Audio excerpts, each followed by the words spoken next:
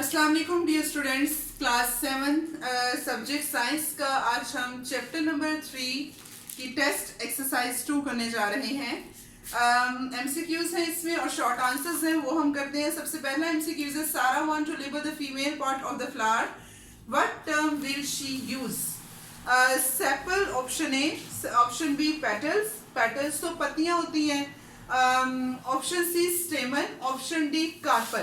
तो इसका correct option option D है, कार्पल, क्योंकि हमारे पास दो पार्ट होते हैं प्लांट के, एक मेल रिप्रोडक्टिव पार्ट है और एक फीमेल रिप्रोडक्टिव पार्ट है। मेल रिप्रोडक्टिव पार्ट को हम दूसरा नाम स्टेमन देते हैं। स्टेमन में दो हिस्से आते हैं, एक है फिलामेंट और दूसरा है एंथर। और इसी तरह से जो फीमेल रिप्रोडक्टिव पार्ट है उसको हम दूसरा नाम कार्पल्स देते हैं। कार्पल के तीन पार्ट्स हैं, एक स्टिग्मा, स्टिग्मा के बाद स्टाइल और फिर ओवरी, ये तीन हिस्से होते हैं। तो carpel, D option is correct. We can observe the process of layering in. Layering का प्रोसेस किस प्लांट में पाया जाता है? जैस्मिन में पाया जाता है, सी ऑप्शन करेक्ट है।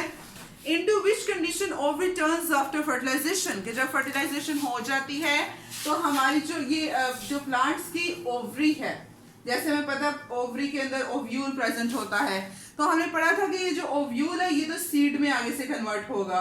तो जो ओवरी वॉल है, ओवरी की वॉल डिवेल्प होती है और फिर ये किसमें चेंज होती है? फ्रूट में, फ्रूट फॉर्मेशन करती है। तो इसका ऑप्शन बी करेक्ट है, fruit. Pollen grains are produced in, pollen grains कहाँ पे प्रोड्यूस होते हैं? Stamen, carpel, filament, ovary. दो हिस्से हैं ना कार्पल के, स्टेमन के, एक फिलामेंट और एक एंथर। एंथर के अंदर पोलन्स बनते हैं, फिलामेंट जो है वो तो एक उसके ऊपर एंथर लगा होता है। तो इसका हम ऑप्शन स्टेमन ले सकते हैं, stamen is correct, A option. Following plant show spore formation except, कि इनमें इनके अलावा कौन से प्लांट हैं, सब प्लांट्स, एक के अलावा सारे सारे प्लांट में स्पोर फॉर्मेशन होती है। एल्जी में होती है, हमने पढ़ा कि सेक्सुअल रिप्रोडक्शन हो रही है उसमें। फंजाई में भी, मोसिस में, फर्न्स में, फंजाई में, एल्जी में स्पोर फॉर्मेशन हो रही थी। वाटर लिलीज में स्पोर फॉर्मेशन नहीं होती। D option is correct. Next है, what is the role of stamen in reproduction? Reproduction में स्टेमन का क्या रोल है? स्टेमन में, as I told you, कि there are two parts that are present in stamen, anther and filament. In anther, pollen grains are formed. That is male reproductive sex cell sperms. Then these pollen grains fall on the ovary of the plant and they fertilize the egg and hence seed and fruit formation take place. तो अगर स्टेमन नहीं होंगे, pollen grains नहीं बनेंगे, pollen grains नहीं बनेंगे तो फिर सेक्सुअल रिप्रोडक्शन नहीं होगी, और सेक्सुअल रिप्रोडक्शन नहीं होगी तो फिर हमारे पास ना फ्रूट बनेगा और ना सीड बनेगा। तो ये इसकी जो है वो रोल ऑफ स्टेमन है रिप्रोडक्शन में। ये मैं आपको नोट डाउन करके तो सेंड भी कर दूंगी, उसके अलावा आप इसको समझ लें। Asexual reproduction yield no variation among organisms. Justify the statement.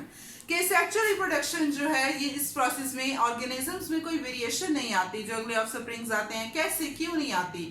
इस वजह से नहीं आती बिकॉज सेक्सुअल रिप्रोडक्शन जो है इसमें एक पेरेंट प्लांट जो है, single parent plant is developing into new plants. एक प्लांट से आगे से नए प्लांट बनते जा रहे हैं। उसी प्लांट की जो वेजिटेटिव पार्ट्स हैं, लीव्स हैं, स्टेम्स हैं या रूट्स हैं, उनसे आगे नया प्लांट बन रहा है। इसमें दो पेरेंट्स इन्वॉल्व नहीं है, इस वजह से इसमें ऑर्गेनिज्म जो बनेंगे वो सेम होंगे। How this process of vegetative propagation occur? Vegetative propagation का प्रोसेस तीन तरीके से होता है, लेयरिंग के जरिए, कटिंग के जरिए और फ्रेगमेंटेशन के जरिए। And list any two differences between sexual and asexual reproduction. We are very last page of this chapter, page number 38 पे इसका आंसर है सेक्सुअल और asexual reproduction के आपने दो differences लिखने हैं। Fertilization led to seed formation. Do you agree? Yes. Fertilization जो है वो sperm and egg मिलेंगे तो हमारे पास जो है वो नेक्स्ट जाइगोट बनेगा और वो जाइगोट से आगे सीड फॉर्मेशन होगी। तो ये 5 वाले क्वेश्चन का भी आंसर यही है। आज टेस्ट एक्सरसाइज की है, इतना ही करेंगे। कल इंशाल्लाह हम रिव्यू एक्सरसाइज करेंगे। अस्सलाम वालेकुम, अल्लाह हाफिज़।